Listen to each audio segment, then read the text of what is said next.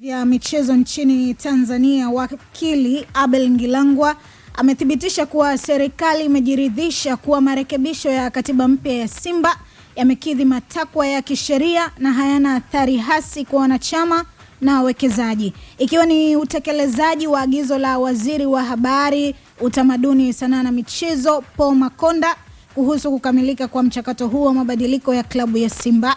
Taarifa zaidi tuungane na mwanamichezo Jacob Kapaya kutoka Dar es Salaam.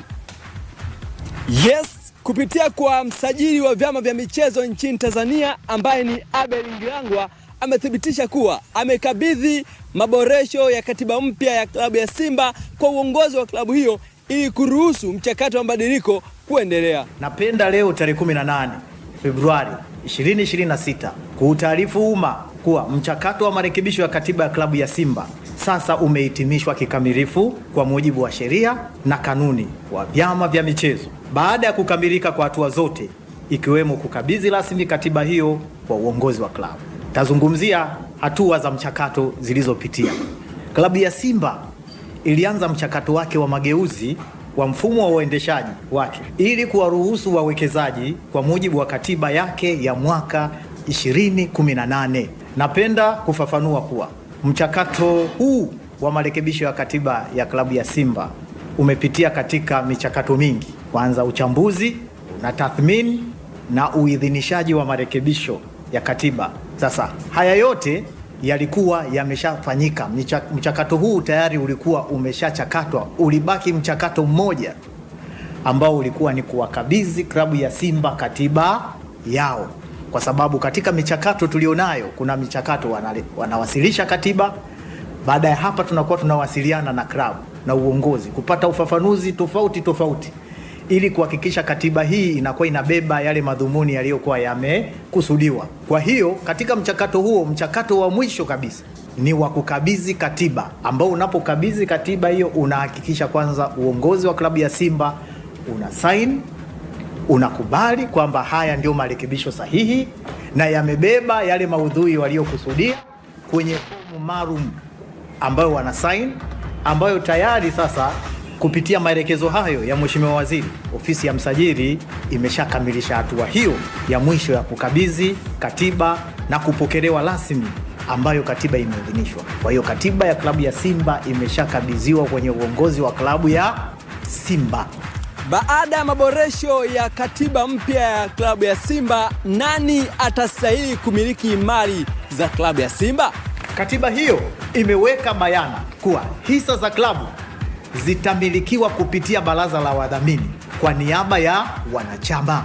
Katiba hii pia imeimarisha muundo wa baraza la wadhamini lenye wajumbe wasiopungua kuanzia 5 hadi 7 watakaomiliki na kukumiliki au watakaomiliki na kusimamia mali za klabu ya Simba kwa niaba ya wanachama, kuweka wazi kuwa mkutano mkuu ndio chombo chenye mamlaka ya kudhibiti uteuzi na kuondoa wajumbe wa baraza la wadhamini, kuweka muundo wa kuimarisha ndani ya bodi kwa kuzingatia uwiano wa umiliki wa hisa kati ya wanachama na wawekezaji, huku angalau zile 51% ya hisa zikiendelewa kumilikiwa na wanachama kwa mujibu wa kanuni ya 18A kubwa, kanuni ndogo ya kwanza ya kanuni ya sheria ya Baraza la Michezo la Taifa, tangazo la serikali 422 la mwaka 2017. Ni muhimu kusisitiza kuwa muundo huu umeboreshwa ili kuendana na uwiano wa umiliki uliokwisha pitishwa na mkutano mkuu, na si kuanzisha mfumo mpya wala kubadili maamuzi ya wanachama. Pia mwanasheria mkuu wa serikali katika ushauri wake alishauri kuwa kuwepo kwa kampuni moja itakayohusisha uendeshaji wa klabu ya Simba ambayo ni kampuni ya Simba Sports Club Company Limited. Hisa za kampuni hii ya Simba Sports Club zitamilikiwa kwa ubia. Pia mwanasheria mkuu wa serikali katika ushauri wake alishauri kuwa hisa za bodi ya wadhamini zilizokuwa zinamilikiwa na Simba Sports Club Holding Company Limited kwa sasa zitapaswa kuhamishwa na kwenda kwa wanachama kupitia bodi ya wadhamini wa klabu ya Simba ili umiliki wake wa hisa hizo wanachama wa klabu ya Simba kupitia bodi ya wadhamini uwe moja kwa moja na sio kupitia kwa Simba Sports Club Holding Company Limited, na mali za wanachama zisizohamishika zitabaki kuwa chini ya bodi ya wadhamini. Msajili wa vyama vya michezo ameweka wazi pia ni wawekezaji wangapi ambao wataruhusiwa kwenda kuwekeza klabu ya Simba. Kwa klabu ya wanachama itakayoamua kuuza hisa zake na kuinvite kwamba uwekezaji, basi inaruhusiwa. Sisi tumeruhusu uwekezaji ndani ya nini? Ya klabu. Sijui tunaelewa. Katiba imeruhusu uwekezaji ndani ya nini? Ya klabu. Watakuwa wawili, watatu, wanne, 10, 20. Ni klabu ya Simba yenyewe ndio itakayoamua kwa mujibu wa kanuni. Hii imeruhusu nini? Uwekezaji. Yes, kutoka Dar es Salaam, mimi ni Spiderman Jacob Kapaya. Naam, huyo ni msajili. Naona baada ya katiba pengine kutembea sana kwenye meza za ofisi pale ya msajili na wizara, hatimaye imerudi kwenye klabu ya Simba ikiwa imesajiliwa na kutambulika rasmi. Kumbe inawezekana. Vitu vinawezekana. Kumbe inawezekana bana. Miaka mingapi imepita? 7 si mingapi? Miaka 8. Simba inazunguka tu pale, inaingia kwenye ofisi hii, inaenda kwenda huku, inaenda huku. Vipi mpaka tumeuliza sana bwana, vipi? Yeah, sana. Kwa maslahi ya nani? Hiyo ilivyokuwa inazunguka sijui inasukumwa tu kwenye meza. Tunauliza kuna kitu tulikuwa tunauliza. Kwa hiyo imechukua muda. Mheshimiwa Paulo juzi baada kabla ya tarehe fulani watu wametoka na kuifafanua tena. Sio kusaini tu na kuifafanua. Kwamba imesomwa. Mambo kumbe yanawezekana Luambano. Niko mambo yanawezekana kumbe. Mimi kila siku naambia kila kitu kinawezekana, mnanibishia. Ni kuamua tu. Wameamua. Simba hii hapo ishapata katiba yake, ipo wazi. Na kikubwa katika katiba hii inaelezea nguvu ya wanachama ya klabu, ya klabu ya Simba. Na kama unaona hapo bodi ya wadhamini itakuwa na mamlaka, ndio wamiliki wa klabu na mali za klabu sio wameshika. Lakini kweli ya mambo unaweza ukaenda mtu baadaye akaja kujimilikisha kitu. Akafika mtu baadaye akasema uwanja huu wa kwangu na wadai. Umeona? Kwa hiyo maana yake zile mali zisizohamishika zinakuwa haziko kwenye sehemu ya hizo kampuni. Na maana yake sasa kwenye mchakato wa uwekezaji Simba inaingiza chapa, inaingiza thamani, sio mali zake. Ikitokea sintofahamu, mali zinaendelea kuwa salama chini ya baraza la bodi ya wadhamini. Ambao na yenyewe imepewa mwongozo ya kuwa na watu 5 mpaka watu 7.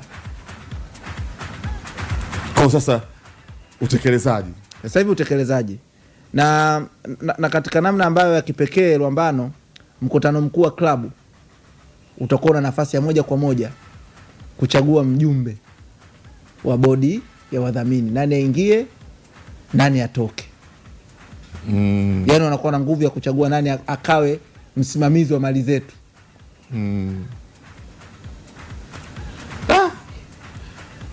Hii kweli iko vizuri. Lakini hiyo issue tumekuja, ndio hiyo mambo kumbe yanawezekana, watu tu kuzunguka tu uoga. Na nimeona wadau wengi ikiwa ujumbe hapa nilikuwa na wakatibiko anaelezea. Wadau wengi wamesikitishwa na hili kwamba huenda mchakato ungekuwa unakaribia mwishoni au ungekuwa umemalizika kabisa. Lakini kila jambo lina sababu yake, hakuna haja kumshika mchawi. Katiba hiyo ndio hiyo hapo. Unajua mwanzoni inawezekana katiba ilikuwa kila ikienda inabadilishiwa, na kwa sababu kuna vitu pengine serikali ilikuwa viko sawa kwa upande wa serikali, kwa sababu katiba mama unajua ni katiba ya nchi. Katiba mama, yani hakuna katiba ya taasisi au chochote kitakachoweza kuzidi mamlaka au nguvu ya mamlaka ya katiba ya nchi. Sawia. Kwa hiyo msajili maana yake yuko pale kwa ajili ya kusimamia na kuangalia maslahi ya nchi. Mnaweza mkajikuta mnatengeneza jambo kumbe watu kama vile wako kwenye nchi yenye katiba wakajiwekea vitu tofauti na ilivyo. Kwa hiyo yeye msajili anaangalia kwa mujibu wa katiba ya nchi ili jambo haliwezekani, lazima liwe hivi. Kwa mujibu wa katiba ya nchi ili hapana libadilishwe liwe hivi kwa maslahi ya nchi. kuhusu asilimia 49 pamoja na yote hayo. Je, mwekezaji wa sasa sio mwekezaji sababu mchakato hujakamilika bado. Mwezeshaji wa sasa kashaweka pesa yake nyingi mno. Anaweza kuondolewa wakaingia wapya au anaweza kubaki wakaongezeka wengine? Aondolewa aende wapi? Yeye anatakiwa abaki. Yeye atakuwa abaki ashirikiane na wengine. Ila sio lazima kubaki. Anaweza kama umezungumzaje? Sio lazima kubaki. Umeona sasa? Uamuzi ni wake. Lakini anaweza kubaki na wakaja na wengine. Akiamua kutoka kwa sababu ile nafasi yeye kuondoka, kuwekeza wakaja wengine. Ipo. Kwani si jambo la hiari kuwekeza, jambo la lazima. Sema nani hapo unajua Edgar, ukiliangalia jambo kwa jicho sasa la ndani. Maana yake kwa mujibu wa katiba hii.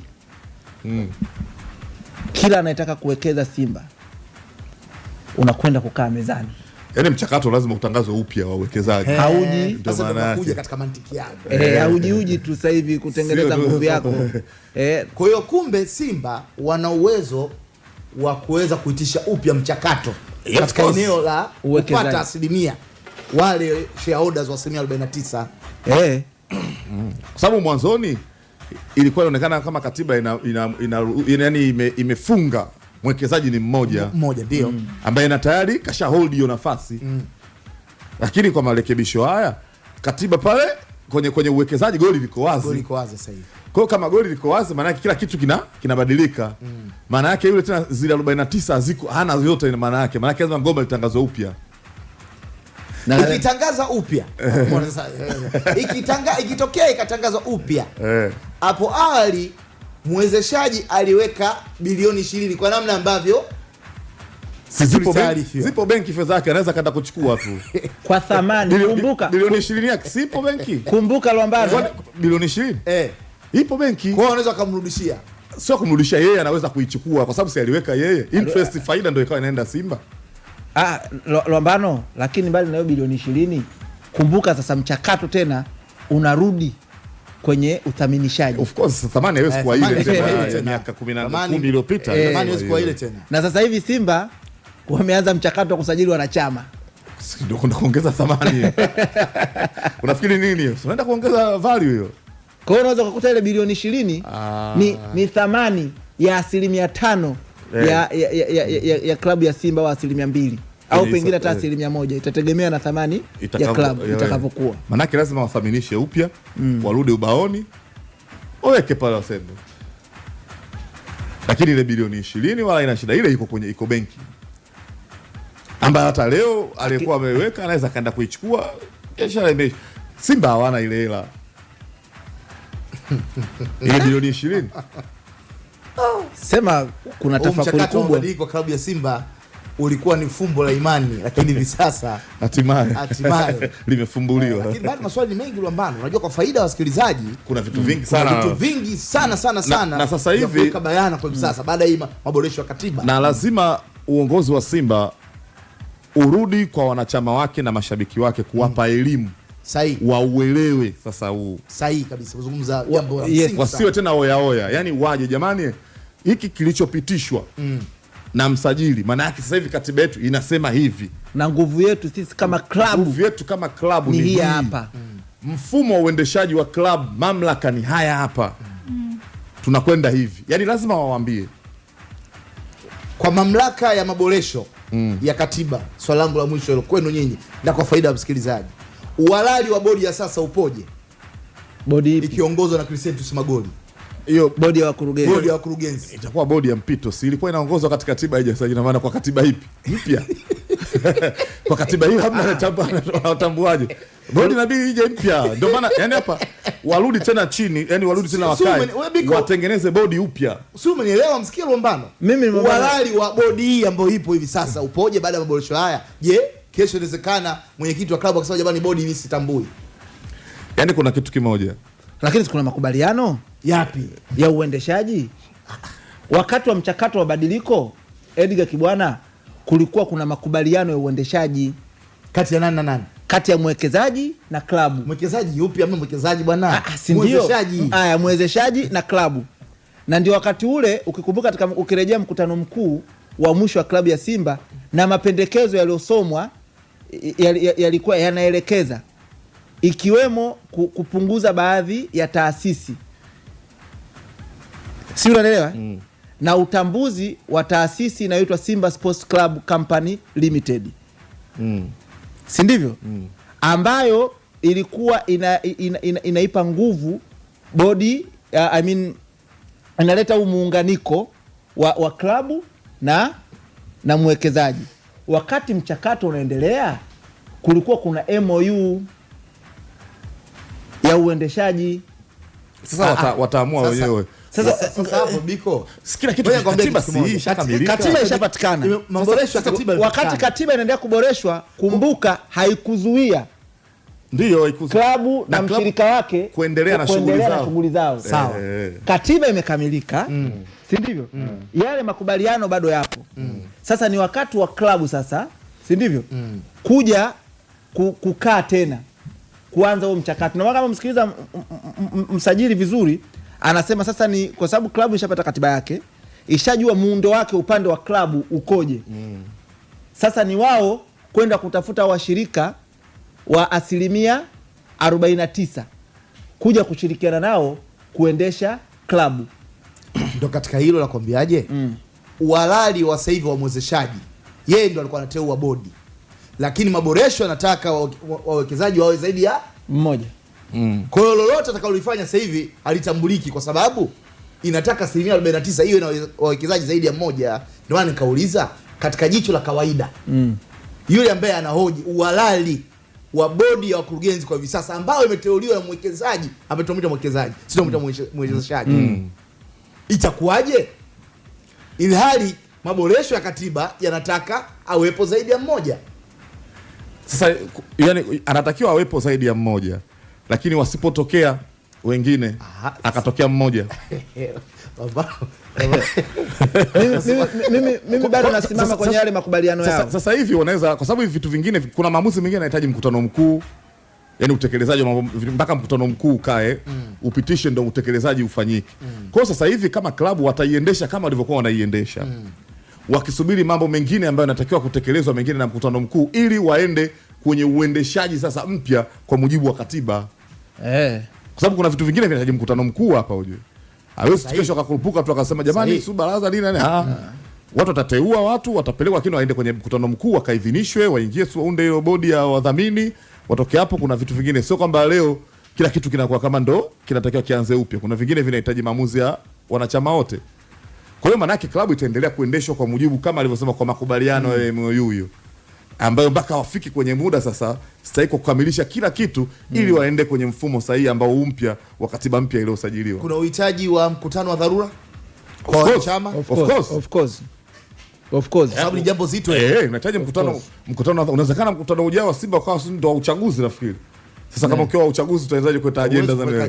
Kwa maana yake hapa kama vile wakati walivyokuwa wanapitisha nani, silikuwa wanafanya mikutano asubuhi na jioni. Asubuhi na jioni ndio. Wanapiga mikutano na asubuhi na jioni ili kukamilisha utaratibu ili klabu iende kwenye mfumo mpya kulingana na katiba yao ya sasa. Hivi uthaminishaji wa klabu unachukua muda gani au mchakato ulishaanza? Wapo wataalamu wenye kazi hizo. Unawapa wataalamu wa kazi hizo, wanakutengenezea thamani. Kwa Simba wanakuletea. Miaka ipi? Kwa Simba je kuthaminisha klabu yao? Miaka hii ilikuja bilioni 20. Tunathaminisha klabu mpya kwa zama hizi. Kwa zama hizi sawa. Kwa zama hizi sawa. Bwana Sports X ndio hii bwana, tunaendelea.